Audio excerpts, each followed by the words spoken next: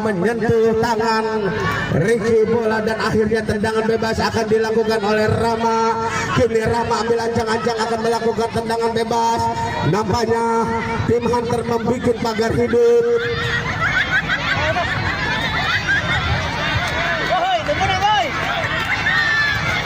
Ini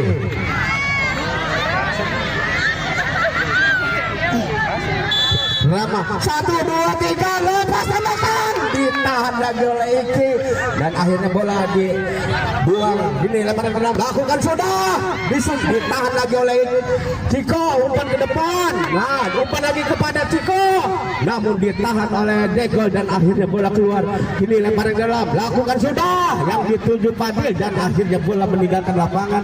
Ini hanya lemparan ke dalam akan dilakukan oleh Degol dari Sadewa, cedorkan ke depan yang dituju temannya, namun bola diambil oleh Fadila, namun bola keluar meninggalkan lapangan. Kini lemparan ke dalam